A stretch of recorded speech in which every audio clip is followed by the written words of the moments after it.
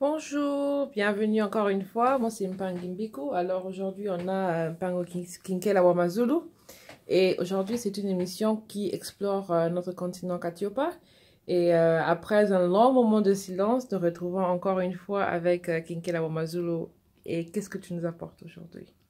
Bonjour, chers Mpangi, chers frères et sœurs. Et aujourd'hui, je vous apporte quelque chose de nouveau dans cette démarche de la Renaissance noire. Aujourd'hui, nous nous retrouvons pour la première fois. Je vous invite aujourd'hui pour la première fois sur la plateforme de Planète Katiopa. Planète Katiopa n'est d'une compréhension ultime, c'est celui d'avoir percé les points selon lesquels la terre de nos ancêtres est indivisible. Katiopa est indivisible, d'autant plus que sa libération ou la libération du peuple noir, cette démarche de libération, cette démarche de renaissance est indivisible.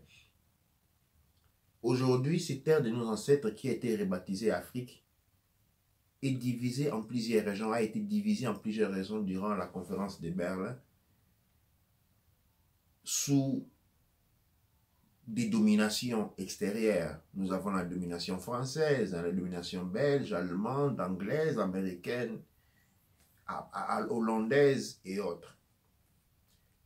Quand nous étudions ces zones et ce qui se passe en l'intérieur, prenons l'exemple du Cameroun, nous allons nous rendre compte qu'il y a une lutte entre les Camerounais du Nord et du Sud. Le Nigeria du Nord et Sud. Ces divisions ont des pseudo, disons noms, comme par exemple ces divisions institutionnellement orchestrées sont cachées derrière des expressions telles que religieux et politiques et autres. Mais en fait, ce que nous observons du point de vue objectif sont des divisions.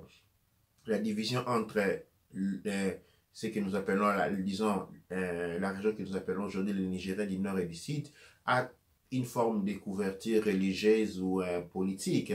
Ceci se retrouve en Ouganda, ceci se retrouve au Soudan, où nous avons le Soudan du Nord et du Sud. Aujourd'hui, nous l'avons au Congo, le RDC. En réalité, c'est quoi la situation? Eh bien, c'est ce que je viens de constater, ce que je viens d'expérimenter, et que chaque petite zone de la divisée, c'est chaque protectorat étranger sur la terre des ancêtres de Katiopa est géré dans une dynamique interconflictuelle.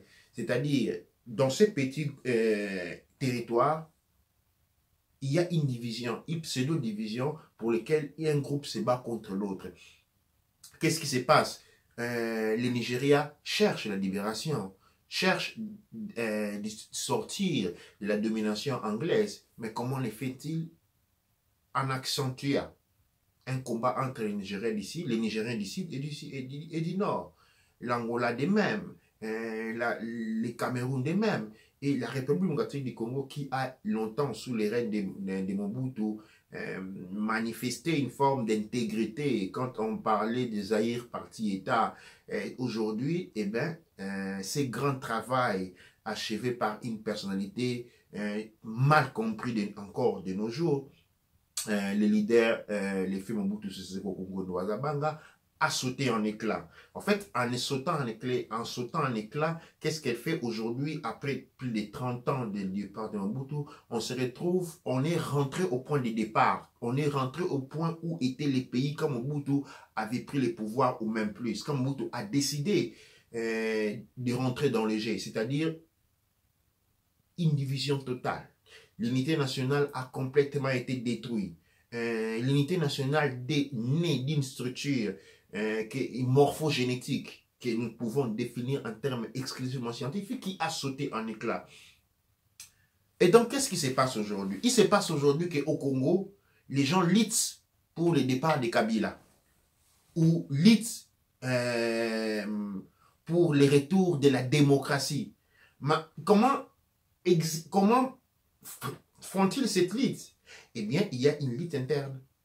Il y a une lutte aujourd'hui entre, il y avait hier entre les Swahili et les Bakongo. Aujourd'hui, on a pris cette accentuation du conflit interne et ceux qui en sont conscients peuvent en témoigner. Aujourd'hui, on rentre dans une dynamique de division. Commencé par les leaders spirituels et Mwanansemi où on voulait créer un cercle Bakongo en excluant les autres. Aujourd'hui, le langage incommun où généralement on parle contre les Luba ou contre les Ngala, ainsi de suite. En réalité, qu'est-ce qui se passe dans ce moment ici? Sans pour autant s'en rendre compte, on tombe dans la dynamique imposée par les pouvoirs coloniaux. C'est-à-dire, dans les colonies, les autochtones ne doivent en aucun cas vivre une vie de paix.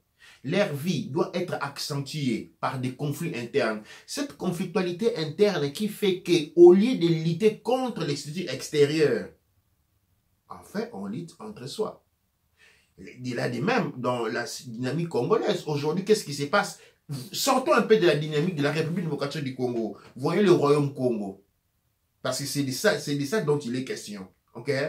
Aujourd'hui, la lutte entre les Congolais, définis Congolais, et les Rwandais, est une lutte entre deux différents groupes appartenant au même disons au même protectorat, c'est-à-dire au même règne. On parle du Royaume Congo. C'est-à-dire c'est une lutte interne qui est faite en réalité pour cacher, ou disons, pour alimenter cet état prolongé de domination. La domination extérieure s'assit par les biais d'une conflictualité interne.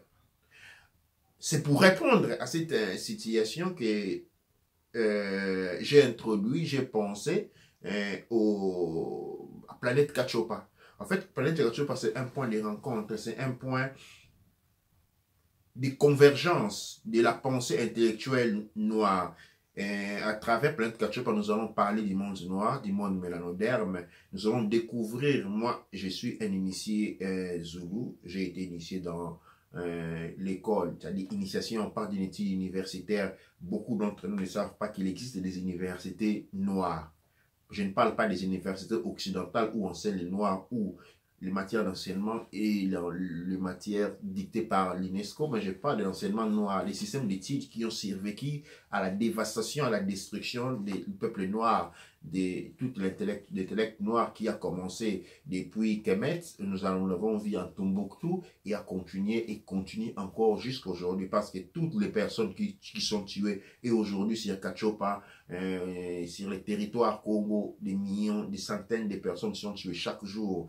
Et vous allez, c'est là pour vous rendre compte que la destruction des Kemet a continué depuis toujours. Nous l'avons connu depuis l'arrivée des peuples, les Titus, ou les peuples venant de l'Asie mineure durant l'Égypte antique. Et il a une interruption et puis il a recommencé en 1383 avec l'arrivée de Diego Cao et elle se poursuit encore aujourd'hui. C'est-à-dire c'est des centaines, des dizaines d'années qu'on est en train de nous tuer. Et bien que cela, on est toujours vivant et nous retrouvons aujourd'hui ici. Mais aujourd'hui, nous nous trouvons à un point important de notre histoire. C'est un point de réveil. Et le message que j'apporte avec Planète Kachopa est que ces réveils, les réveils Kemet, les réveils mélanodermes, les réveils noirs, ne peuvent se faire que sous la guide d'une conscience collective. Toutes les luttes, je